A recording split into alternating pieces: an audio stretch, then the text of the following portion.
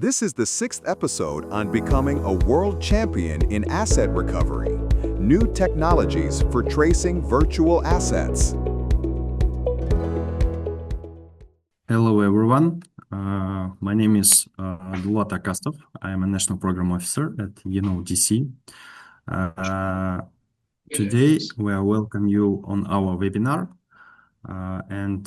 Before starting our webinar, let me introduce some technical announcement. At first, it is translation. We have 3 channels in English, Russian, and Dari for the translation of the webinar. And the main language of the webinar is English. The next one, it's questions. You can use the chat and address all your questions. After that, we can address all your questions to our experts, and they will respond. About the structure of the webinar, at first we will start from the discussion with the experts. Our 2 moderators will address questions to our experts, and after that, experts will provide their experience and knowledge related to the topics. And after the discussions, we will have 15-minute breaks where we can analyze all your questions and prepare the answers. After that, we will have the session for questions and answers. Our experts will provide answers to your questions. Also, I would like to introduce our experts. It is Mr. Bill Spark and Matt Makovsky, and our moderators, Mr. Alexander Vadziani and Durbek Turakhanov. The floor is yours, Alexander, please. Good afternoon, good morning, good evening, distinguished participants, guests, and our experts. It is my great pleasure to welcome you to this 6th episode of our asset recovery webinar series. This is a joint initiative of United Nations Office on Drugs and Crime and Asset Recovery Interagency Network for West and Central Asia.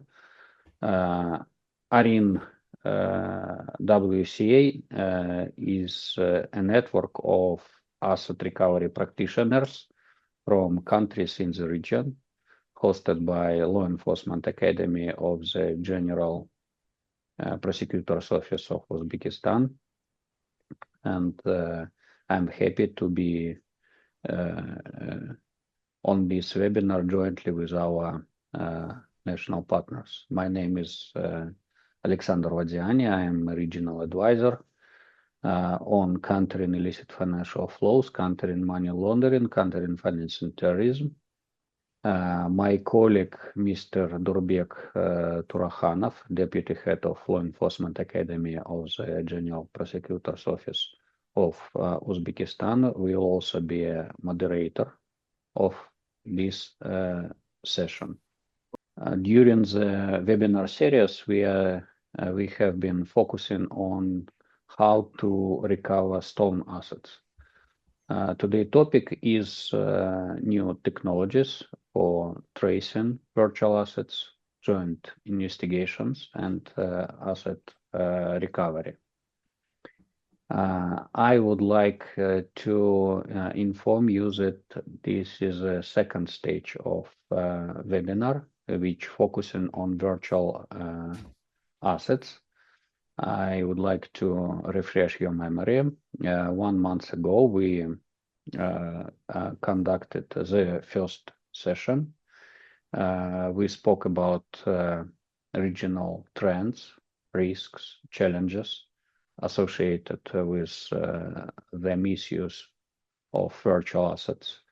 We exchanged good practices of investigations conducted by private sector and law enforcement agencies, but we specifically focused on Central Asian countries' experience. And we were focusing on strengthening cooperation and trust between law enforcement agencies, financial intelligence units and private sector stakeholders. Now I would like to introduce our distinguished experts. First of all, I would like to introduce our expert Maciej Makowski.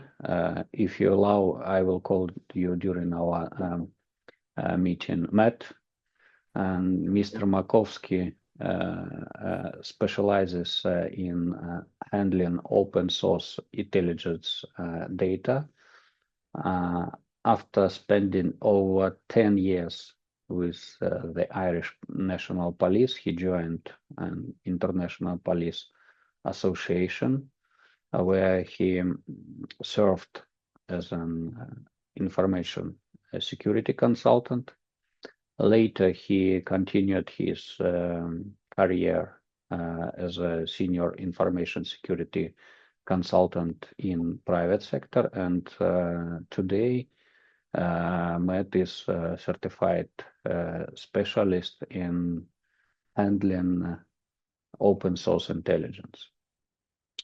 Our second distinguished expert, William Sparks.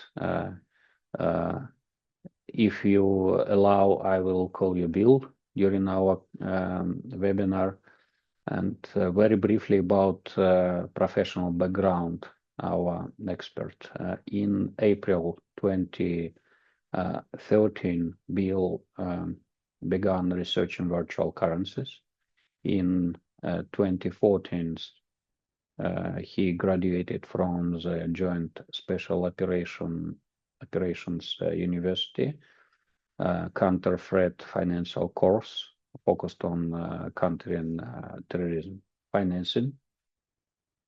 After 2 years, he began training law enforcement officers on investigating cyber currency assets. Bill instructs for the Regional Counter-Drug Training Academy and served several years as a subject matter expert and advisor to various military units.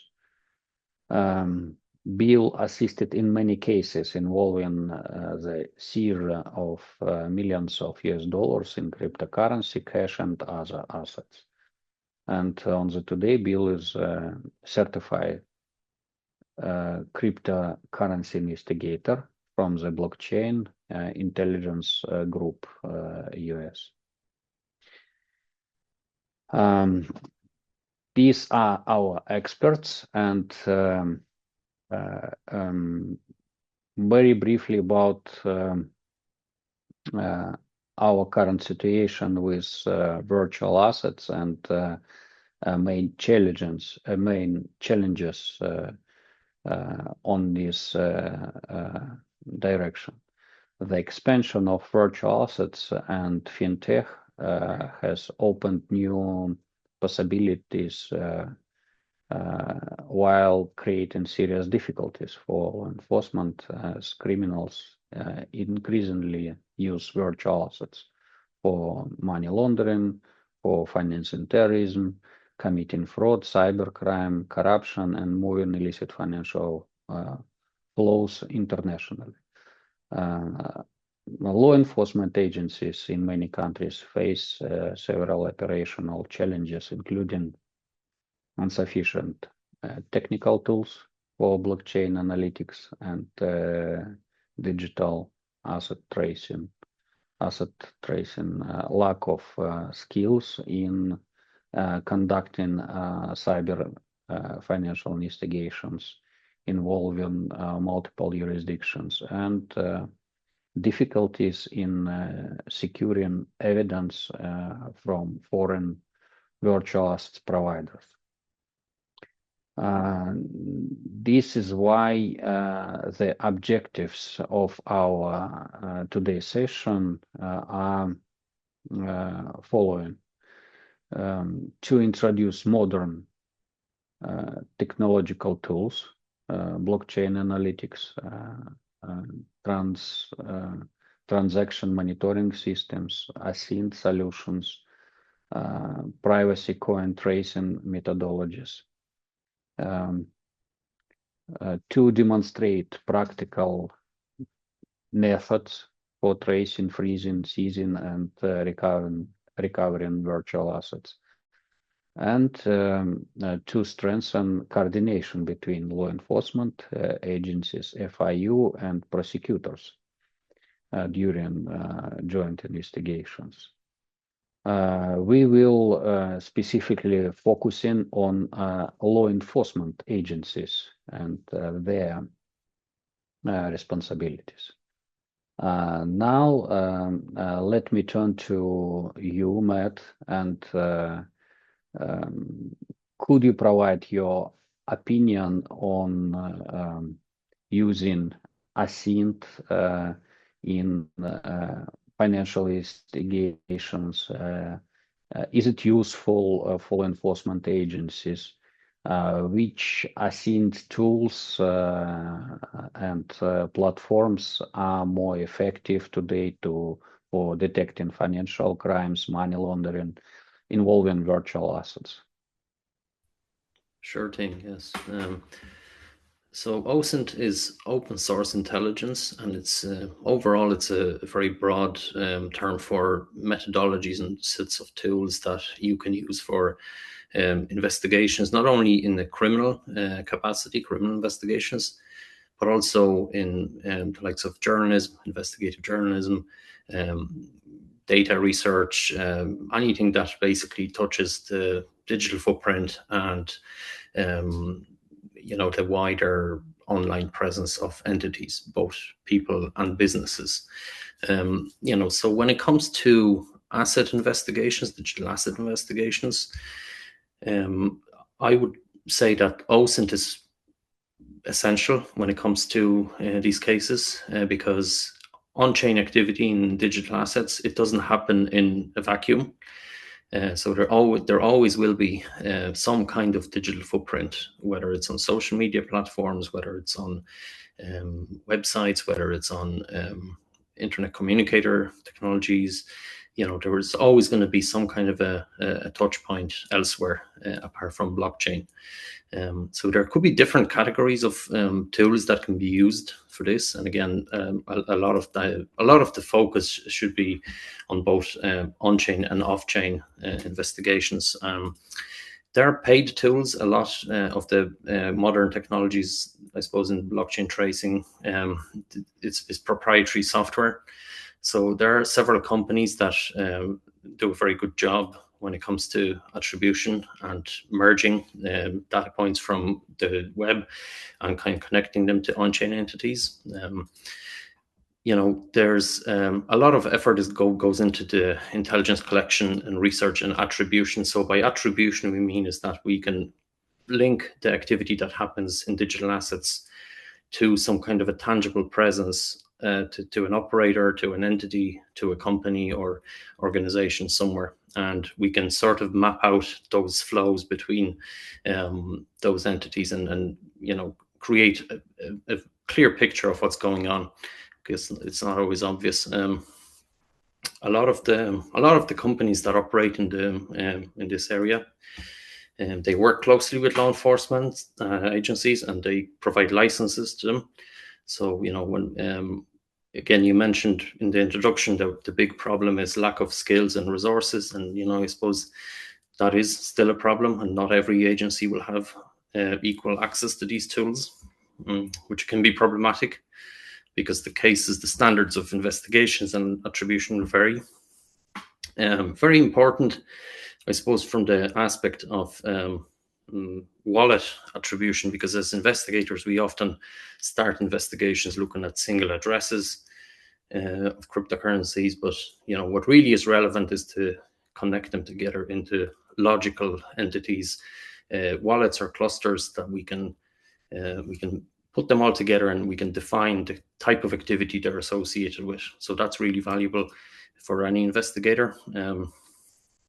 When you're looking at risks in this space, like what are the biggest risks. So, for example, the likes of sanctions or terrorism or big money laundering fraud cases. There's a couple of examples of really big risks of why somebody would be investigating these cryptocurrency wallets, and what methodologies could apply there, and what strategies, to investigate and to maybe disrupt this activity. So it's important nowadays to have access to tools that not only provide this intelligence and attribution, but also that give you a visual representation of what's happening. So you have to have tools that will provide graphing, visualization, and basically, if you're thinking about from law enforcement perspective, if you're thinking about a case that will be prosecuted in the judicial system, often you will need some kind of visual aids to present what your findings are, what the state of the investigation is, and you can map out graphically these connections. So sometimes in depending on the system of the country, you will have a trial with a jury, which means you have citizens of the country assembled, and you have to convince the jury to find the defendant guilty or not guilty. So then you need to have a lot of the visual aids prepared, and you have to have a strategy in place as to how to use the tools effectively for the court process. And again, a lot of the businesses nowadays who interface with cryptocurrencies, they also like to have proactive detection of activities. So they want to have some kind of alerting systems. They want to have some kind of recognition in place as to what the activity is. So that is also valuable. These tools give you that. And again, we talk a lot about artificial intelligence. So, a lot of these tools nowadays claim or introduce to some degree artificial intelligence, which can combine some of the attribution together. You can predict some of the patterns of behavior on the blockchain, and it can also have it can help you sometimes with the likes of creating reports or summarizing reports or documents and stuff like that. Again, from talking to people who are still active law enforcement investigators, I know this can be a tricky situation when it comes to preparing documents for courts and statements, because they're not meant to be written by AI. So it's a kind of a pitfall in the sense that you can jeopardize your case by relying too much on artificial intelligence, basically. So just that's the caveat here. There are tools that offer specific wallet investigation focus. There are also those, like I mentioned, that create the maps of entity relationships and matched addresses and activity. But there's also a very important category of tools that can be used for these investigations that are off-chain tools. So specifically OSINT tools like data breach aggregators, tools that do reverse lookups for usernames or email addresses, etc. Facial recognition. Then you have specific tools for online connections and for example, digital systems, computer systems like Shodan or Maltego. And then I suppose to sum it up is that it's very important that public-private partnerships thrive and develop, because in the future, really, this is the only way.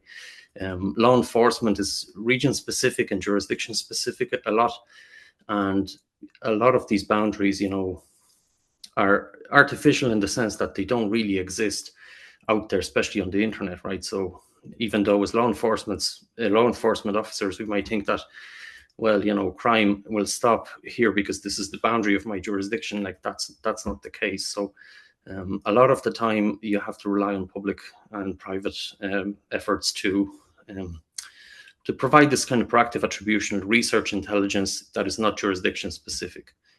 Thank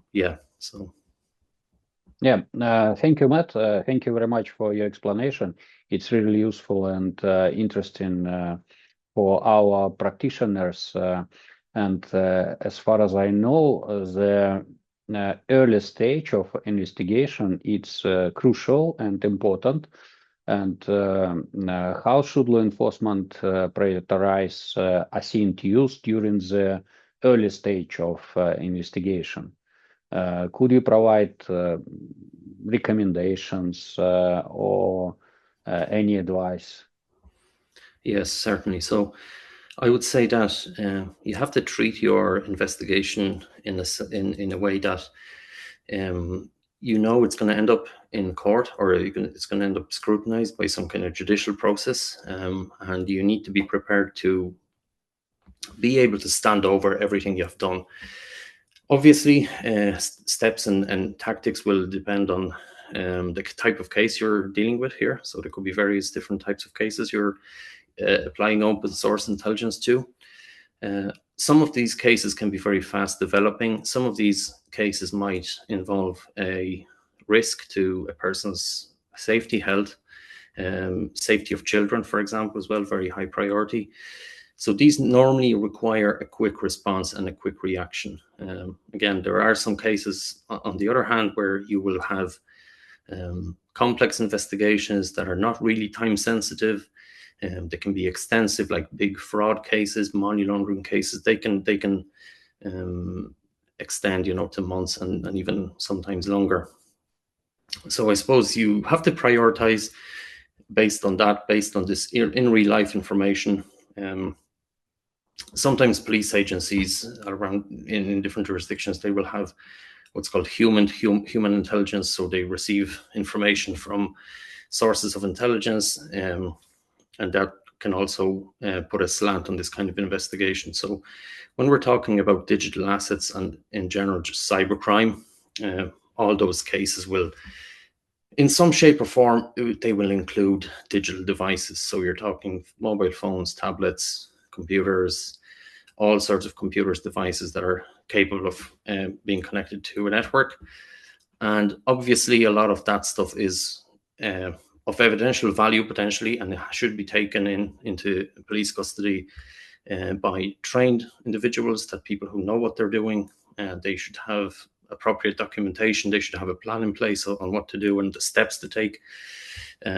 Same as, I suppose, in police investigations. If you have a murder case, you handle the DNA in a lab by certified and specialist researchers and laboratory practitioners in criminal intelligence or criminal investigations. And it is the same when it comes to doing technical analysis of evidence of the digital nature. So from a judicial point of view, very important to have a continuity of evidence. So it's very important from every step, from seizure, practically from even execution of warrants, so the pre-planning of your investigation, seizure, retention of evidence, and then processing and analysis, all the way to the handling the evidence in court, for the court case. All that is very important. Cryptocurrencies are slightly different, I suppose, because a lot of the times when you have when you've seized devices that contain maybe cryptocurrency wallets, there could be software wallets or hardware wallets, which are they're very hard to analyze unless you have the kind of what's called a seed phrase, which is the master password for those wallets. So really, what you have to do, you have to plan all this ahead of your seizure, because time is very important there. Like you have to assume that somebody might have access to a copy of that seed phrase for the wallet. And while you're conducting your seizure and labeling evidence and bagging the evidence, tagging it, all that, somebody could already be moving the assets out of the wallet that you think you seized. So you need to be able to plan ahead and sort of provide steps to go ahead of the potential criminal, and to have a strategy in place where we take custody of the wallet that holds digital assets, and then you straight away enter the phrase and you move the funds to an investigator controlled wallet. So that's a very important step. In digital forensics overall, there is a concept that's called a order of volatility. So that means you basically secure evidence and secure information that can be erased very quickly. So, for example, if you have a computer on site that you execute a search warrant on, and the computer is live, so it's important to conduct a RAM capture. Again, maybe the suspect has their digital assets wallet open there, which means if you can take it in the decrypted state and you can access access the device and conduct the RAM capture, that means you also capture the credentials for whatever software is operating on the machine. So it's very important because it makes the job easier for down the line when it comes to controlling these assets and also gaining access to the information in the decrypted format. So obviously the likes of RAM capture, you have to obviously deal with all the devices and the information on them in a very cautious manner so that you don't lose any of it. And you have to have protections in place against the likes of remote wipe. So, when you're conducting these investigations, often there would be some kind of an external lead, which means that there will be a connection to maybe an organization, maybe a business, maybe a cryptocurrency exchange, maybe a centralized or decentralized exchange somewhere else that will also have some kind of a lead as to where the funds flew or flown on the blockchain. And you can explore all these after. Sometimes you have to be very quick and contact the institution for a freezing order. So all that has to be done ahead of in your planning phase of your investigation. So that's all very important. So OSINT is an integral part of all these steps. Yeah, thank you very much, Matt. It's interesting, and as you mentioned in your response, you said that providing an evidence to the court, it's important part of this important part of investigation. And could you recommend how can investigators validate and corroborate information gathered from open sources to ensure it meets evidentiary standards for use in criminal proceedings? I think it's important for investigators to understand how to provide this information and gather this information. Do you have any advice on this point? Yes, absolutely. So if you're at the very early stages of your investigation and you're collecting intelligence, you have to remember that not all intelligence will be equal. A lot of the intelligence might not be usable in a prosecution or might not be enough to use successfully in prosecution. So there is, a degree of courtroom grade evidence, and then there could be all different shades and aspects of evidence that are maybe not enough on their own. But nonetheless, you have to collect everything in a kind of diligent manner.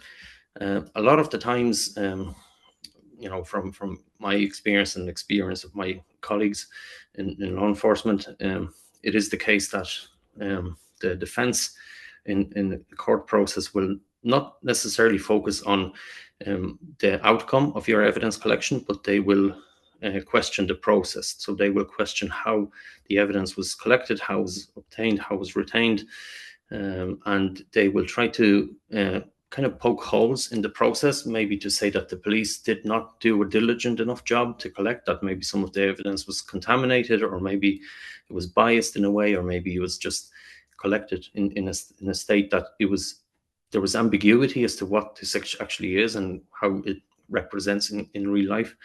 So all that, again, has to feed into the strategy of your investigation at the very early stages. And the open source information collection as well is, I suppose, feeds into that. And it is not always treated as evidence or even intelligence unless it's kind of collected in a coherent and sound manner. Often we're talking about forensically sound manner, which means that you basically take steps that can be recreated by somebody else, and somebody else will follow your methodology that you used, and logically they should come to the same or very similar conclusion. And that is kind of a science-backed process of forensic collection and examination.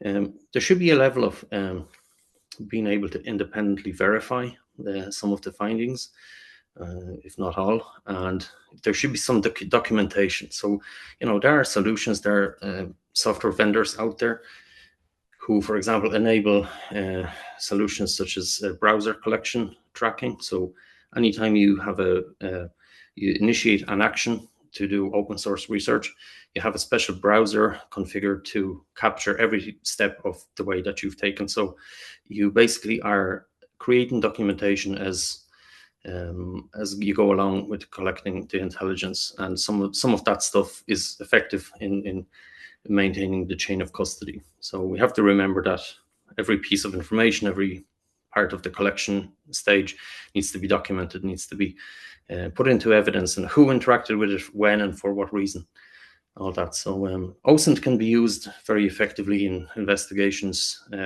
to create leads, which means that you follow the lead, investigate a piece of intelligence, and then you can back that up by sources of information that will give you way more information, more accurate. So subpoenas, warrants, expert witness testimonies, device forensics, third-party forensics experts, all that stuff. Again, mentioned the collection about by qualified persons. So yes, it's like in the case of DNA, you have a lab that analyzes samples of DNA.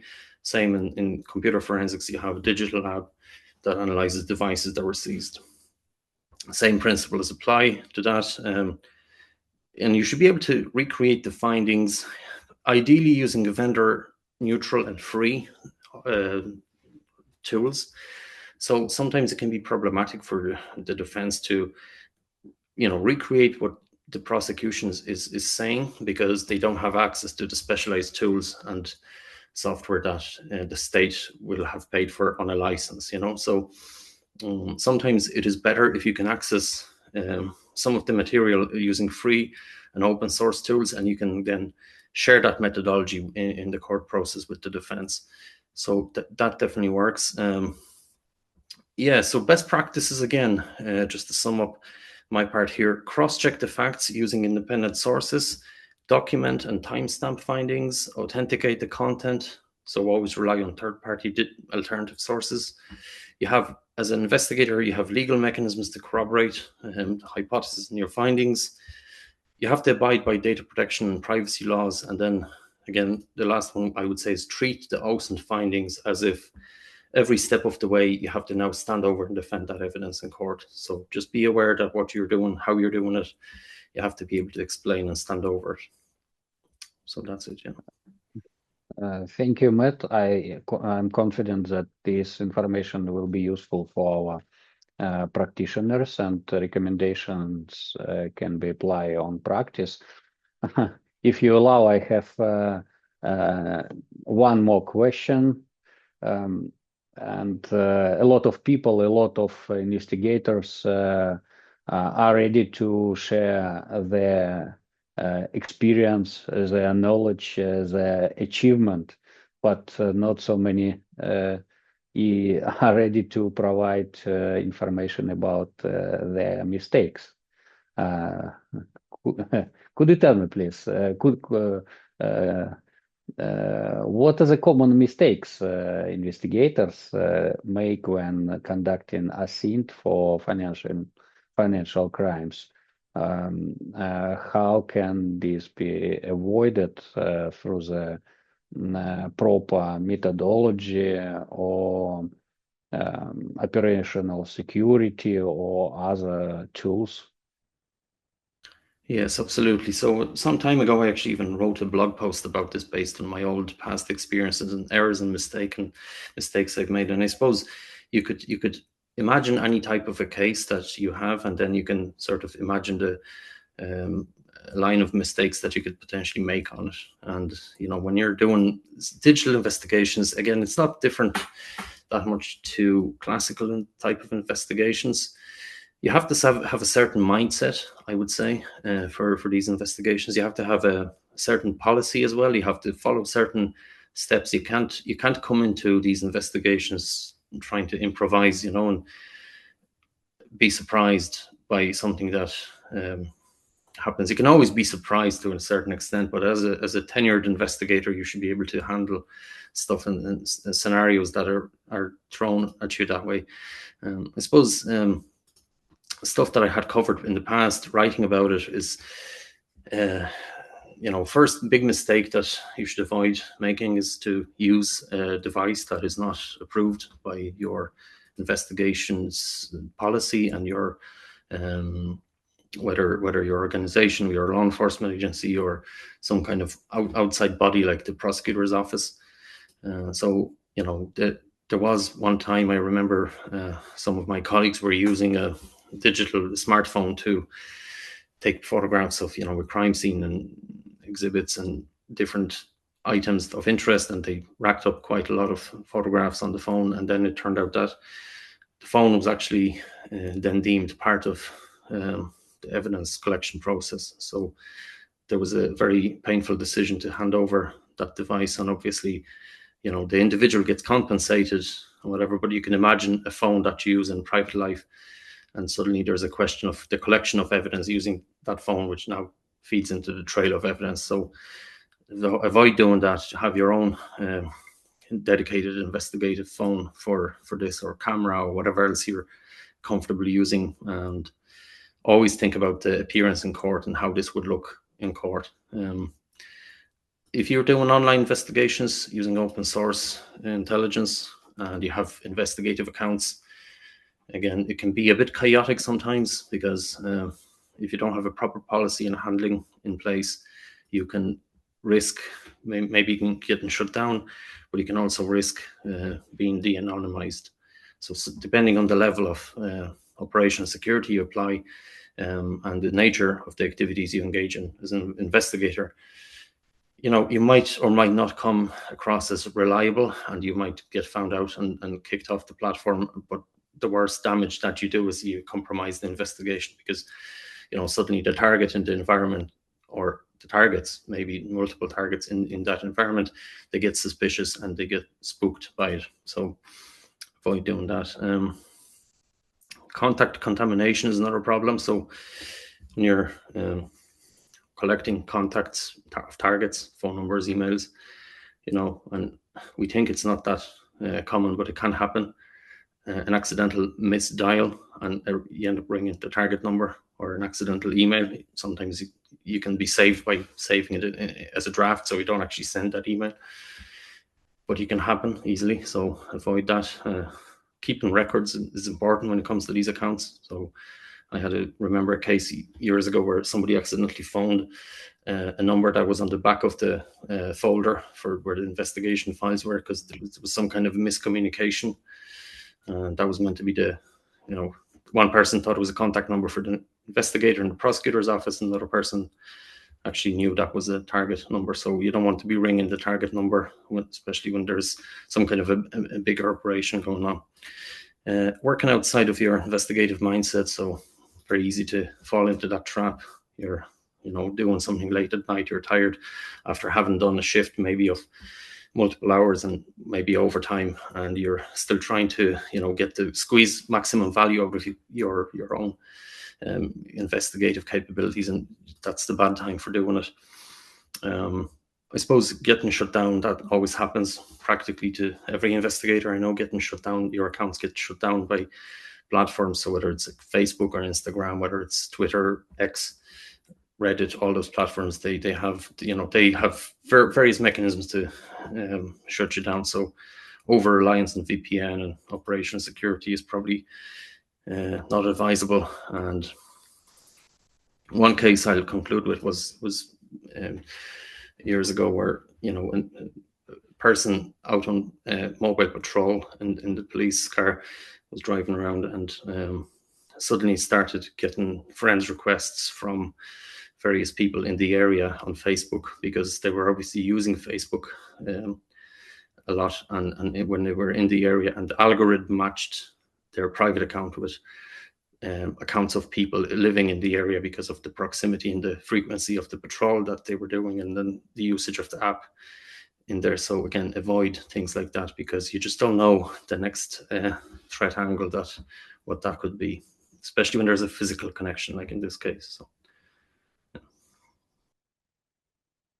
Thank you, Matt, for your recommendations, and I would like to invite my colleague, Durbek Turakhanov, to our communication. Durbek, do you have any questions for our experts? Please, the floor is yours. Hello once again, everyone. Do you hear me? Yeah. Fantastic. Thank you. Thank you, Alexander. Very interesting questions. And thank you, Matt, for your insightful answers. With your permission, we will now move on to the next topic and give the floor to our next speaker, Mr. William Sparks, as we allowed to Bill. And hello, Bill. Hello, how's everyone? Great to be here. Appreciate you having me, and always enjoy hearing Matt speak. He has a lot of insight over a lot of years, and you know, a lot of times as investigators we forget about something, and that's why we work in teams, because someone else is going to remember that and prod you. Did you check this or did you check that? So that's the reason we have multidisciplined teams in dealing with these things. So I do have a question. I had submitted a PowerPoint that, will you be showing that on the screen, or do I just need to cover those slides? You can share your Yeah, share, screen yeah. with your participants, yes. Okay, let me just get into that. You can find the green button Yeah, I to got share, it here. Let me just say. and share your screen or presentation. Yeah, let me just do that actually.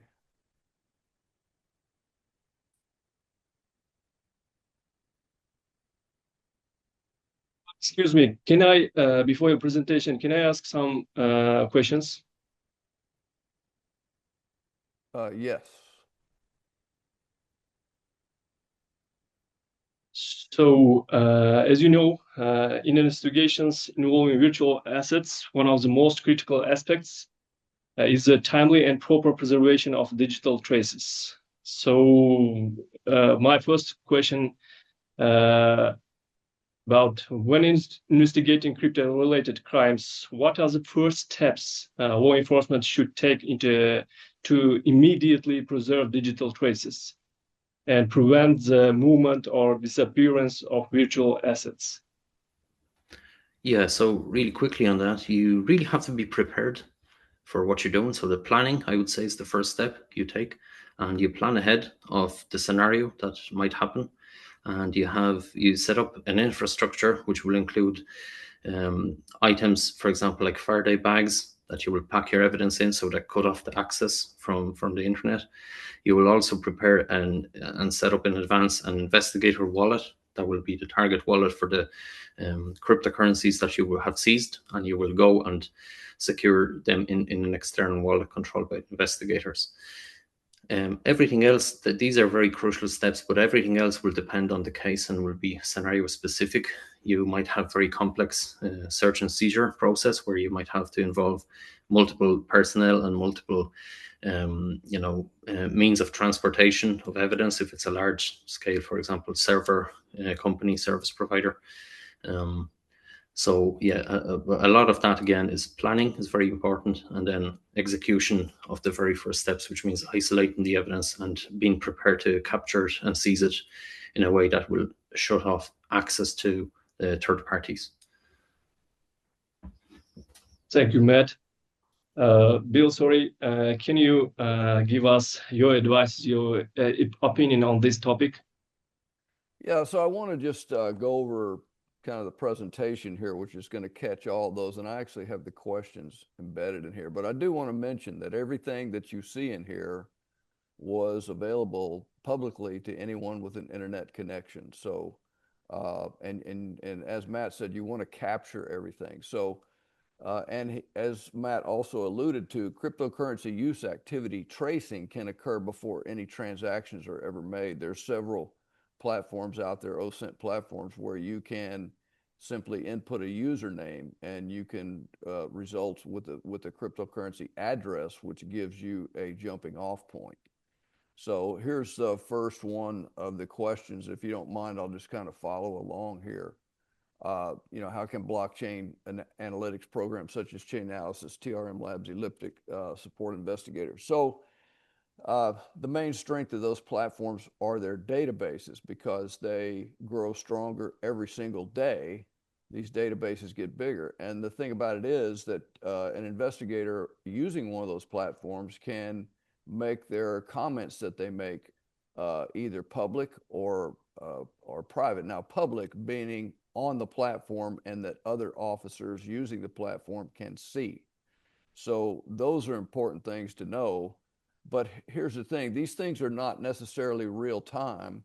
And so it's important to search, kind of using the same term or the same address a few times, at spread out intervals. And this is one of the things that also Matt touched on, that when you're collecting your information before it's even processed into intelligence, so to speak, you want to capture everything with your notes and everything like that. I'm going to show you an example of a graph here in just a second. But the algorithms differ on these platforms that are mentioned above. And so you may want to query more than one so that you can see the differences and try to understand something. So let me just give you, and that's that one. Here's the next one. When it comes to crypto-related crimes, what are the first steps? So as Matt said, you have to capture things. If you're not using a browser, a particular browser, or a paid for type program to capture everything that you've been, every place you've been and timestamp it, one thing that I'd recommend is you need to copy all those links. You need to screen capture the data, but make sure you include the link as well. And you need to put that in some sort of chronological order. So you're always going to put, the date, time that was taking place. So, and when you get that information, just because you get a cryptocurrency address doesn't mean you're absolutely ready to go to the Codex app, which is the app that investigators go through to communicate with the various cryptocurrency exchanges that do cooperate with that program. So just because you get an address doesn't mean you're necessarily ready to go to Codex. There's other information that might be able to link an account that's at that particular exchange. So you want to make sure you have, a coherent list of things that you're asking, and you have to kind of take a step back and say, if I'm asking this, is it going to be interpreted any other way? As much as I'd like to say that every exchange is very cooperative with law enforcement, I cannot say that. Some of them are going to give you exactly what you asked for, or they're going to give you exactly what they believe that you're asking for. So there's a lot of room there for information that you're requesting to be left out. So we need to make sure we have a coherent list of things we're asking those exchanges. And then, as Matt alluded to, the centralized and decentralized exchanges, they will typically freeze an asset for a period of time while you get your legal process together. And so, but it's not possible for them to stop the movement of something that's in a self-custody wallet. Now, once again, I'm going to show you a graph of that here in just a second. Now, when you come to the stablecoin Tether, on occasion they will cooperate with law enforcement to burn the illicit token and reissue to victims via the law enforcement agency that's requesting it. Now, that's not all day, every day, but it does happen. I have talked to officers that have recovered as little as $12,000 US, but most of the time in the past, it's been linked to terrorism or child sexual abuse material, and that could be in the millions of dollars. But just for everyday cases, they may or may not agree to cooperate. So let me show you exactly. Now, what you're looking at here, this is a practical exercise we did in one of my classes here in the United States this past summer. And this was simply, and I'm withholding the username here because it was somewhat of a common username. In other words, you could find it many places on the internet that was not the same person. So, but what we did have was a Bitcoin address that was found on the darknet market Dread. If you can see my cursor, it's down here at the bottom one from the right, and this is the address that was found on Dread. And this particular graph was done with the Chainalysis Reactor software. It's not it's basically a cluster. It's not the transactions expanded like you see at the graph on the right. So I want to just kind of go over what was found right off the bat. So within 2 hops of the address that was found on Dread for this individual, we find Paxful.com over here on the bottom right, which you can find on Codex and serve process on. You also found that transactions came off the incognito market, darknet market, over here on the left-hand side in the middle. And then you can see at the top a decentralized exchange called ChangeNow.io. I have used that platform myself. It's very efficient. It works well, and it will cooperate with law enforcement. So what you have here, both coming into and going out of that wallet, you have some entities that will cooperate with law enforcement. And so that's just a kind of the unexpanded view of the transactions. That's more of a, kind of a mini cluster maybe that you're looking at. And then on the right, you're looking at an output for the same address from TR. Now, once again, this was a practical exercise, and the attendees of the course, they're the ones that put this together. Said, you know what, we can make this into something. And they did. So this is and this was 2 separate courses. This one was held in Colorado, the TRM one. This was held over in the U.S. state of Alabama. And what you see here, there was another question that we're going to see a little bit later where you can see, and the question was about chain hopping, where you can see a couple of, yes, sir. Was there a question? No, it's okay. Okay, so you can see in the TRM graph in the left, in the middle, you can see this is a cross chain because there was a question about chain hopping, and you can see that the software picked it up. So here's it. This is a cross chain transaction here, and there's another one right here that's a cross chain transaction. Now, what's interesting about this is you have these red banners right here. This is CSAM, child sexual abuse material, that was picked up. Now, those notes were entered by another officer that's unknown to any of us in the class or the investigator that generated this graph. This was made by an officer, but was made public within TRM for other investigators to see. So the point I'm trying to make here is that we started with an address found on Dread and decided to turn it into a practical exercise. Another class picked it up. So you could if any investigator wanted to take this to the next level, you have enough information here to do that. You can search these addresses. You can search. You might be able to find out on TRM who posted those notes about CSAM material, how they determined this was a cross-chain transaction or chain hopping, if you will. So those are things that can advance your case very quickly. And once again, so these are unrelated group of people that made these graphs right here. And so if that was part of your team, you can take that a long way. Now, I want to show you something else that Matt alluded to. You need to use free tools with subscription tools. This right here, there was a Bitcoin address that we were investigating that started with 3BVU that you see in the upper left here. There were 31 outputs from that particular address. And so using 3 free block explorers that have attribution toward exchanges, you can see that the first one actually identified 7 exchanges, and the names of them are down the left-hand side. The second one identified 4 exchanges, and the third one identified 3. Now, let me mention something real quick. Websites change, formats change. So you want to capture these things more than once over periods of time, because as Matt said, when you go to try and duplicate the effort, whether it's a team member or a defense attorney goes to try and duplicate the effort and says, hey, wait a minute, that's not true, that doesn't show up. Well, you can show a chain of changes to a website as an example. But let me show you, the point of this graph was this.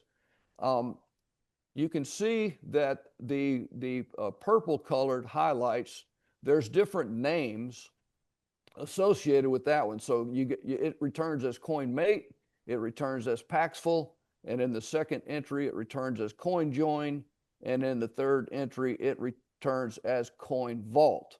And in the gray, that comes out CoinMate on the left-hand side, and Roobit, which is obviously a gambling site, on the right-hand side. And then down the next, the middle entry, you can see at the bottom the exact same address, and it is noted as Roobit. Now, the biggest takeaway I would see from this, just using these 3 explorers, number one, I would want to weigh them against Elliptic, Chainalysis, Crystal, whatever you're using. I would want to weigh those returns against what they're seeing, number one. Number two, when I'm going to find on Codex, when I do go through Codex, or email address as appropriate if they don't participate in Codex, I'm going to hit every one of these exchanges up for information. Why? Because we don't know if the illicit actor has opened accounts on those 7 exchanges identified in the purple with different identities.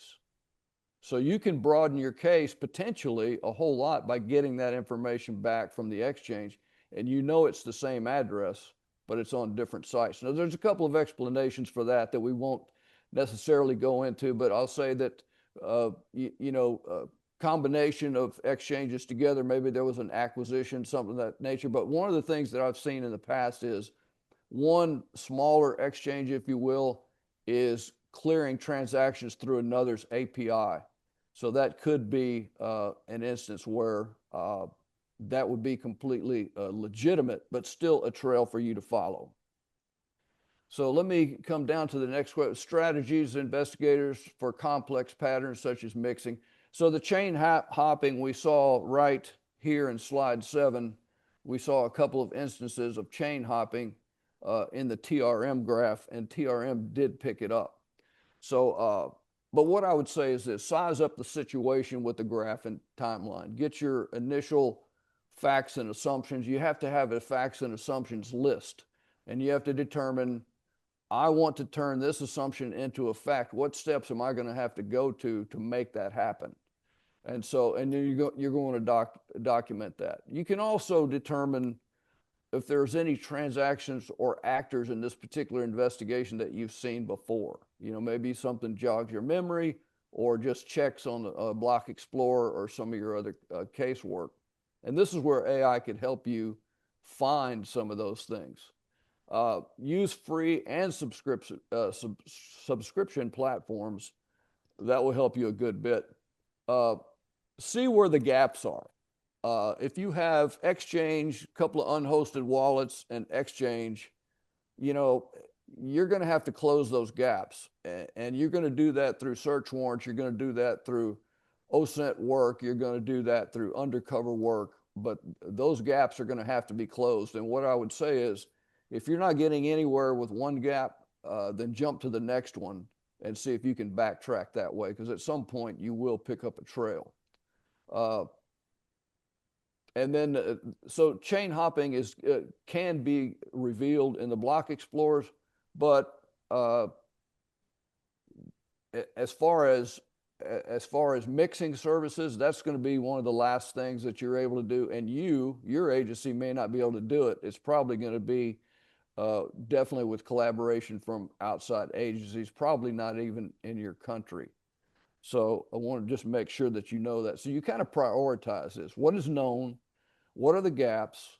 And then what am I going to have to kick out to another country to help me with this problem? So when we get into the best practices for collecting, documenting, securing blockchain-based evidence, what I say is a former federal agent here in the U.S. named Robert Whitaker says, the blockchain never forgets. And I think that's a great way to look at it, because these public chains will always be accessible as long as that is operational. And if it's shut down, there's going to be an archive somewhere where you can find it.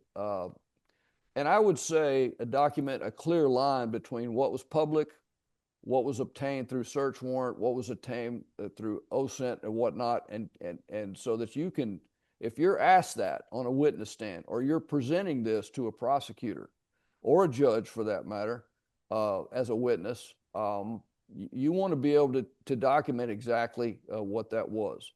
Obviously capture URL links, dates, time noted, media. When we get on platforms such as Telegram, they're cooperating with law enforcement, but it doesn't capture content, and therefore they cannot turn content over to you. You have to capture those channels, and you have to capture them all often, because they're oftentimes deleted and there's no going back from that. Metadata, and there's actually some AI-based tools coming out now where you can determine where a picture was taken even without any metadata whatsoever. I just saw that for the first time just a couple of days ago. I have not tried to work with it whatsoever yet, but I do plan to do that. And so here's one of the things I can tell you, and Matt kind of alluded to this other. You have to get your policies and procedures together. What methods are you going to authorize? How are you going to custody what you seize? All of those things we need to know. But here's one of the things right here that I think is a very important step. And I could, if I can be so bold as to give an Uzbek example,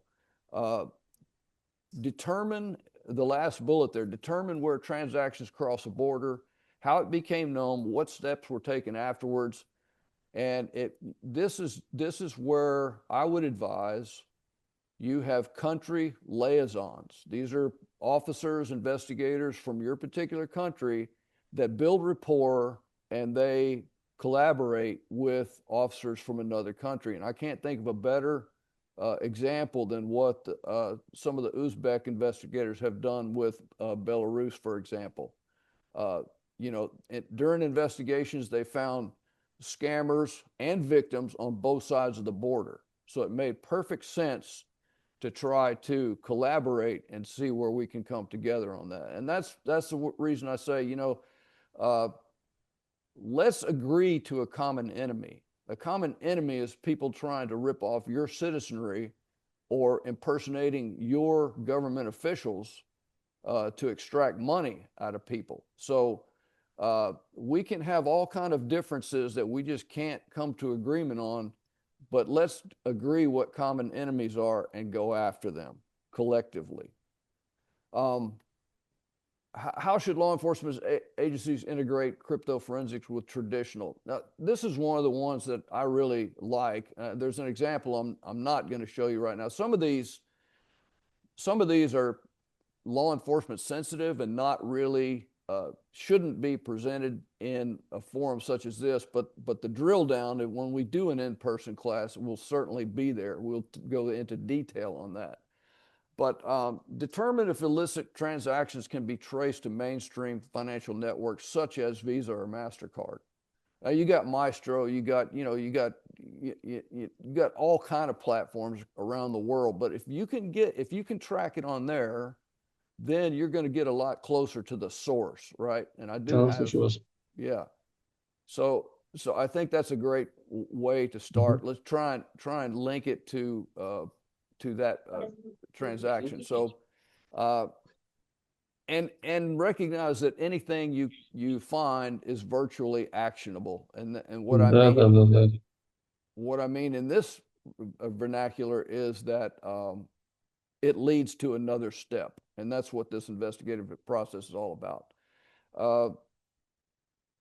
OSINT should be weighed against the known. Specific techniques for UC ops, I have techniques that I teach and have had good success with.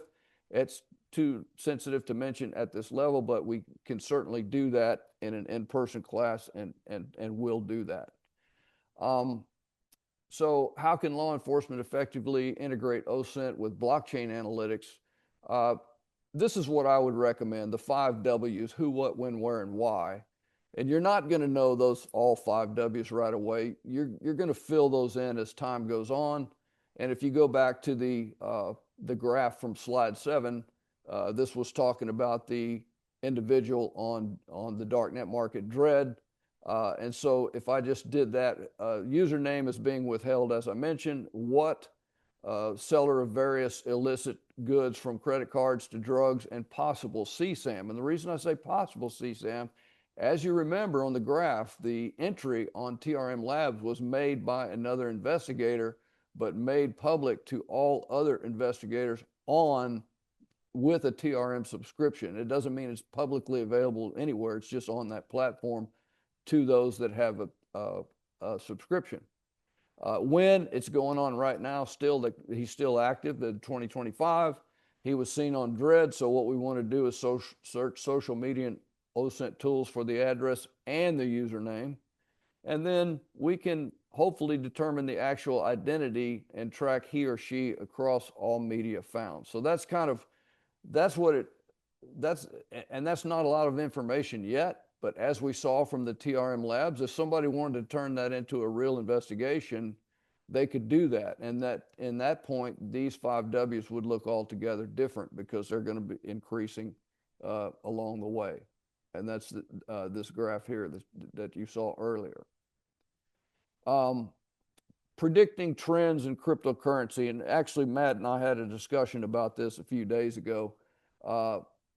Simply following news and forum posts could have predicted big changes coming to this privacy token Monero. I'm going to show you, this showed up on a darknet site called Local Monero. And I'll just focus on the bold. So a launch of Havino and other decentralized exchanges like Sarai, Atomic Swaps, and the full blockchain anonymity set replacing rings. That represented a big change coming to Monero. But what it also represented is, if you're going to attack a system, the time to do it is during a big change. That in fact was tested by a Monero miner, successfully tested, attacking that system in both August and September of 2025. So, you know, there's protocols they put in there to keep people from overtaking the hashing power and taking over the network. And he was able to do this for a short period of time. But let me just say that if a nation state wanted this, approached the guy, and he agreed to it, you could have potentially taken over the entire network. So, and I would call that opportune intelligence. So, but I thank every one of you, and I wish you well in the fight. And I hope that this is somewhat enlightening, so that we can go forward and do some collaborative work. So I'll stop sharing at this point and take any questions that you have. So big thanks to you, Bill. You almost covered all the important issues in this realm, and I think your experience will be helpful for practitioners which we invited to this webinar. You can see them, some of them in your screen. And of course, it's interesting to me, the recommendations and opinion on the last 2 questions or issues which covered Bill. I mean, recommendations of Matt. What do you think about this, Matt? I mean, about how can law enforcement effectively integrate OSINT techniques with blockchain analytics? And the second one, what standards and best practices should investigators follow to ensure that digital evidence collected from open sources and cryptofforensic tools is properly authenticated, preserved, and admissible in court proceedings? Yeah, absolutely. Great points there, Bill, that you made, very timely. And regarding the question of how OSINT can be integrated, well, you definitely have to allow for the fact that OSINT, can be drawn from any openly available source. And I mean, whether you're doing online investigations solely or whether you're doing on-chain investigations, there will always be a digital footprint somewhere to follow in the digital kind of realm. So you definitely have to be proactive. You have to focus on your parameters of detection. So how can you detect stuff? So as police officers will attest, practically everywhere around the world, is that a lot of the law enforcement effort is reactive. So a lot of the times there is a report coming in, something already happened, and there's a follow-up, investigation to something that already took place. So what I always say is that proactive effort is better. Like, it's better. Again, I know it's not always possible. There's constraints for, budgets and times and resources and all that, but it's so much better to prevent something from happening and exploding into a big incident that will result in sucking up resources and cost a lot more, and maybe cost lives and health of people too. Who knows?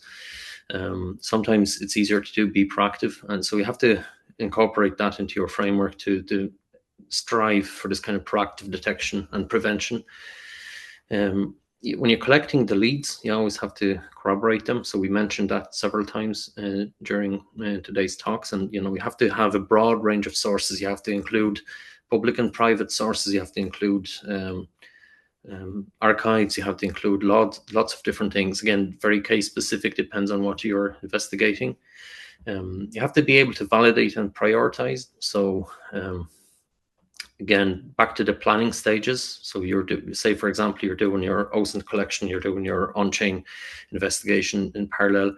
You have to be able to identify the key elements. Like, as Bill was showing there, a lot of the angles that are there could be dead ends. For example, on those graphs and all those addresses you're trying to identify wallets. You have to be able to specify what is important here and what we're going to focus on. There's obviously second, third stage and tier of this effort, but you have to be able to focus and prioritize. I suppose as law enforcement personnel,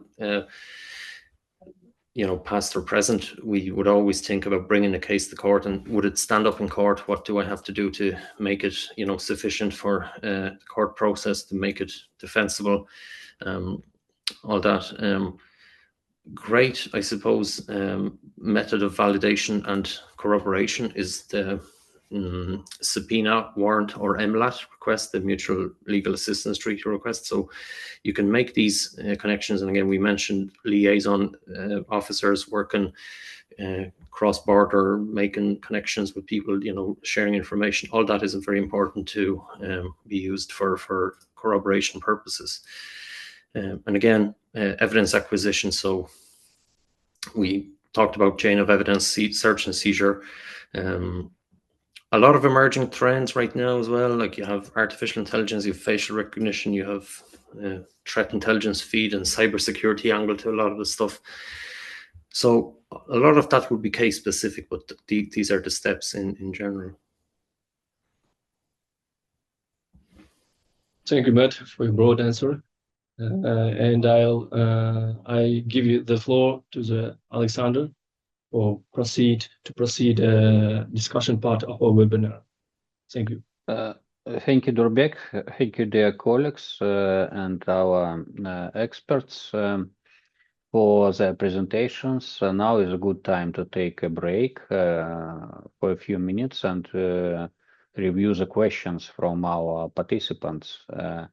Dear participants, if you have any questions, please send these questions in our chat, and we have a good opportunity to discuss these questions and receive answers from our experts. We stay online and in contact. We have a question from our participants. What methods are currently the most effective in detecting illicit activities involving crypto assets? Dear Bill and Matt, please, could you provide your view on this situation? And could you provide an answer? So the question is, what methods are currently the most effective, right? Yeah, you're right. What methods are currently the most effective in detecting illicit activities involving crypto assets? I suppose I can start on that. I would say that it depends what kind of case it is, what are you investigating, and what are you trying to detect. So we discussed the tools, we discussed the third-party solutions that allow us to do a lot of the work. And practically speaking, I would say that it's nearly impossible to be effective without them in law enforcement currently. So you have to have access to at least one of those blockchain intelligence tools. You're not only paying for software that they provide, you're paying for knowledge that is proprietary in their own findings, their own intelligence collection, all that stuff. So you have to have a tool as your sort of basic component of your investigative toolkit. You have to have one at least of those intelligence, blockchain intelligence tools. And again, what is most effective, again, that would depend on what kind of stuff you're investigating. So if you're investigating child sexual abuse, for example, you might have generated leads from seized evidence already from past cases. You might have leads from forensic artifacts. You might have people reporting publicly. So there are a lot of services out there, especially in Europe, that collect information. For example, third-party services, they collect reports, they collect evidence of child abuse material, and they forward it to the police. So the police will get, probably a daily or weekly feed of information. So that is also, all you have to do is open an email and check for these. And a lot of that is also proactive effort. So if you're conducting an investigation, an intelligence collection operation on darknet markets or platforms that are involved in selling illicit goods and materials and services, that makes it very effective to be able to infiltrate those and be able to take a look under the hood of what's going on. So all these combined will be very effective. So Bill, I don't know, maybe you have some other inputs to this? Yeah, Matt, no, I mean, I just agree 100% on that. There's a lot of places that I want to go with this, but we just should not, because it's too sensitive to be put on the open internet. But in the in-person courses, we would definitely, provide guidance on your policy and procedure, how you're going to go about that. We would talk about these platforms that Matt mentioned and how you're going to approach them, how we're going to gain entrance to apps like Codex. We went through that experience, Matt and I both did, with Uzbekistan, getting Uzbekistan on Codex. And so that has been extremely helpful to the Uzbeks, and it'll be helpful for others as well. So you've got to be able to collaborate with other agencies, regardless of what side of whatever border they're on, and you have to be able to, jointly develop these things. And somebody's going to take the lead on it. The other entity is going to say, "We'll support you," but you have to have the prosecutorial expertise and the judicial expertise. We've got to develop that. One thing I really admire about the Law Enforcement Academy in Uzbekistan is the fact that the tracks that they take, whether it's going to be a police officer's track or an attorney's track, and some of those are going to become judges at some point. So, but they all train in the same campus, which I definitely appreciate. The pragmatism of that and the collaboration, the environment for collaboration is there. So I just want to, appreciate that. Sorry, Alexander. I have 2 more questions from participants from Academy. Yeah, If you please. let me. So I think they both of them related to the topic which covered by Bill. So first question is it possible to initiate a freeze when suspicious funds have already been converted into stable coins such as Tether? Second question, which time frames are the most critical for successful freezing of digital assets? Well, crypto moves at the speed of the internet, so the sooner the better. Absolutely. Now, I will caution you that in one case I remember with a particularly large exchange, they freezing, seizing, and returning those funds to original origin country or whatever, those are all different things. Now, with some sort of, evidence, receipts from an ATM, for example, things of those natures, you can get funds frozen while you get your full legal process together. And in one example I can think of, the exchange, I'm going to tell you 2 outcomes. The exchange said, your argument is just not that compelling, so we're going to unfreeze it, and that's it. In another instance, the exchange said, there's compelling arguments on both sides with the person you're basically accusing and law enforcement. So what we're going to do is we're going to put you, law enforcement, in touch with our customer, and you guys work it out. So that was news to me, but it did in fact happen. And so you just you cannot know. Well, it's what Matt mentioned and what I mentioned. Before you go on to Codex, you need to load the boat up. If you have OSINT, you don't necessarily have to share your case, but it has to be more than we sent cryptocurrency to that address, which was a scam address. That's oftentimes not going to work. And if there's 2 or 3 unhosted wallets in between, then you have real problems. So we have to work that from both ends, work the blockchain from both ends. And what I call that is the 101 of cryptocurrency.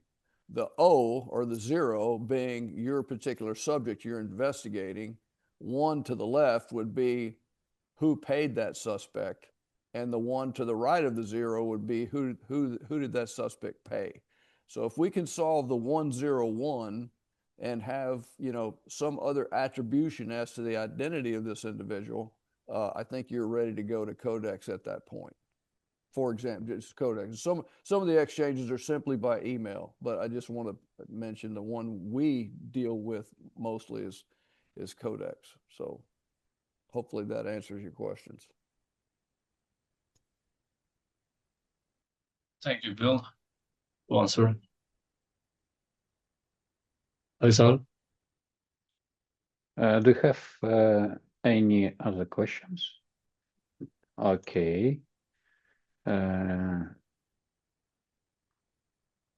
Thank you very much for the questions for participants, and thanks a million to our experts for answering these questions and to participate in our webinar.